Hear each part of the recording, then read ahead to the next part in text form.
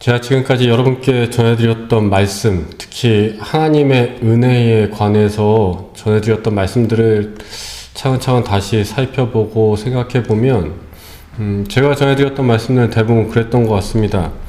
하나님의 은혜를 복이라고 생각하면 안 된다. 그 하나님의 은혜를 너무나 값없는 것이라고 무조건 달라고만 해서는 안 된다. 이런 이야기들을 주로 드렸던 것 같습니다. 그렇게 우리는 하나님의 뜻대로 살아가면서 은혜를 받기에 합당한 사람들이 되어야 된다. 이런 얘기들을 드렸죠. 그런데 지금 거의 2년 가까이 코로나19로 인해서 우리의 삶이 많이 무너져 내렸고 또 예배로 모이지도 못하고 있는 그런 상황입니다. 그런 순간에 하나님의 은혜가 무엇일까라는 생각을 좀 다시 해보게 됩니다. 그리고 오늘 이 시편 6편의 말씀으로 그 은혜가 무엇인지 조금 더 다시 한번 생각해 보고자 합니다. 시편 6편은 일반적으로 참회시라고 불립니다. 시인이 자신의 죄를 고백하고 하나님 앞에 뭔가 회개하는 듯한 이야기를 하지요. 시인은 1절 말씀을 보면은 뭔가 잘못을 했습니다. 하나님 앞에서 뭔가를 잘못했죠. 그래서 하나님의 분노와 진노를 두려워하고 하나님의 징계, 하나님의 심판을 염려합니다.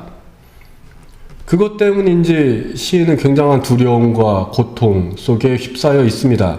2절부터 7절까지의 모든 이야기가 근심병에 빠져있는 자신의 모습을 이야기합니다. 뼈가 떨릴 정도로 힘들고 또 매일 밤마다 침대를 눈물로 적실 만큼 근심에 차 있다 라고 고백합니다.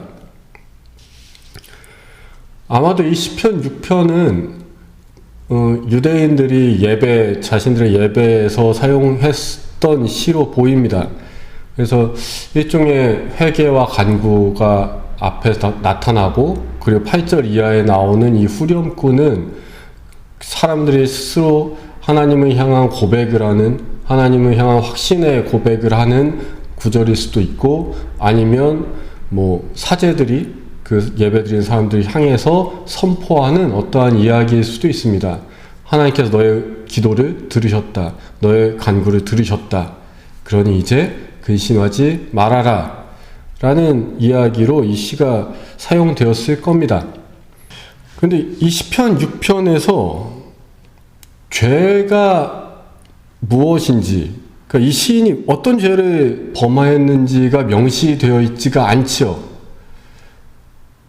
이 시 속에는 시인이 도대체 뭐 때문에 이렇게 고통스러워하는지 알 수가 없습니다. 그저 하나님을 두려워한다. 그는 하나님이 자신을 떠나셨다라고 생각한다. 라는 것만 알 수 있죠. 그래서 이 시가 어떤 특별한 상황을 얘기하는 것 같지는 않습니다. 좀 더 보편적이고 좀 더 넓은 의미에서 수많은 상황들을 다 담고 있는 시인 겁니다. 그래서 정말로 죄를 지어서 고통스러운 순간에 대한 시일 수도 있지만 죄뿐만 아니라 그저 자신이 무력하고 나약해져서 너무나 힘들어서 아무것도 하지 못하는 상황에 대한 시일 수도 있는 겁니다. 그 모든 상황을 다 담고 있는 거죠. 근데 오늘 이 시인이 어떤 상태로 하나님께 간구하고 있는지를 좀 생각해 봤으면 좋겠습니다. 지금 상황에서 시인이 의지하고 있는 것은 무엇인가? 저희가 성경을 보다 보면은 심심치 않게 볼 수 있는 것들이 우리가 하나님의 뜻대로 살아서 우리가 하나님 말씀대로 살아서 하나님께 복을 받았다. 하나님과 동행하였기에 복을 받았다. 라는 것들을 보게 되죠. 그건 앞선 삶의 경험이라는 그것이 있었기 때문에 하나님의 복이라는 결과로 이어진 겁니다. 그런데 지금 시인은 아니죠. 시인은 뭔가 잘못한 상태죠. 복보다는 벌을 받을 상태인 겁니다. 그런 죄가 없다 치더라도 시인은 지금 자신의 이 고통을 헤쳐나가기 위해서 뭘 하는 게 없죠. 그저 울고 있죠. 힘들어하고 있죠. 그저 고통스러워하고 있죠. 그 순간에 이 시인은 무엇을 의지하고 있는가? 무엇을 간구하는가? 시인은 오직 하나님의 은혜만 간구합니다. 하나님의 은혜에만 기대어 있습니다.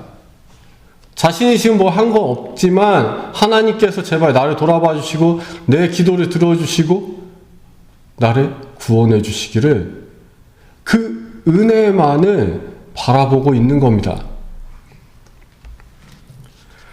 이런 모습은 어떻게 보면 어린아이가 떼쓰는 거랑 똑같죠. 자기가 잘못해놓고 내가 잘못했는데도 근데도 나 좀 돌아봐 주세요. 그래도 나한테 좀 잘해주세요. 내가 뭔가 한 게 아무것도 없는데도 그래도 내가 좀 살 수 있게 좀 해주세요 하고 떼쓰는 거나 마찬가지인데, 그런 시인을 향해서 하나님께서는 응답하시는 겁니다. 내가 너의 울음소리를 들었고 너의 간구를 들었고 너의 기도를 받았다. 그게 은혜죠. 그게 하나님의 은혜입니다. 저희는 세상을 완벽하게 살 수가 없습니다. 하나님 뜻대로 완벽하게 못 살죠. 우리의 욕심 때문에, 또한 우리의 혼란스러운 마음 때문에 하나님 뜻대로 살아가려고 하는 그 삶이 자꾸만 멈추게 되죠. 또 때때로는 내 의지랑 전혀 상관없이 어떠한 현상 때문에, 어떠한 상황 때문에, 어떠한 사회적 문제들 때문에, 지금 이런 코로나 같은 이런 시대 때문에 우리가 아무것도 하지 못하고 주저앉을 때가 있습니다. 하나님 뜻대로 막 잘 사는 게 아니라 그저 아무것도 못하고 주저앉아 있을 때가 있습니다. 그래서 하나님, 나 열심히 살았으니까, 나 지금 말씀대로 잘 살았으니까 내게 복을 주십시오라고 말할 수 없는 순간이 분명히 우리에게 있습니다. 그런데 시편 6편은 오늘 우리에게 말합니다. 그 어떤 순간이라도 하나님 너희에게 은혜를 내리신다. 하나님의 은혜를 바라보고 은혜에 기대어 살고 은혜를 구하면 하나님은 그것을 주신다라고 이야기합니다. 지금 이 코로나 시대를 살아가는 우리는 너무나 지쳤죠. 너무나 힘듭니다. 뭔가를 하기도 힘들고 어쩌면 뭔가를 하고 싶어도 할 수 없는 시대입니다. 뭐 친한 친구 만나는 것조차도 어려운 시대죠. 제 평소 설교 말씀 같았으면은 그렇게 말씀드렸을 겁니다. 은혜는 그냥 주시는 게 아닙니다.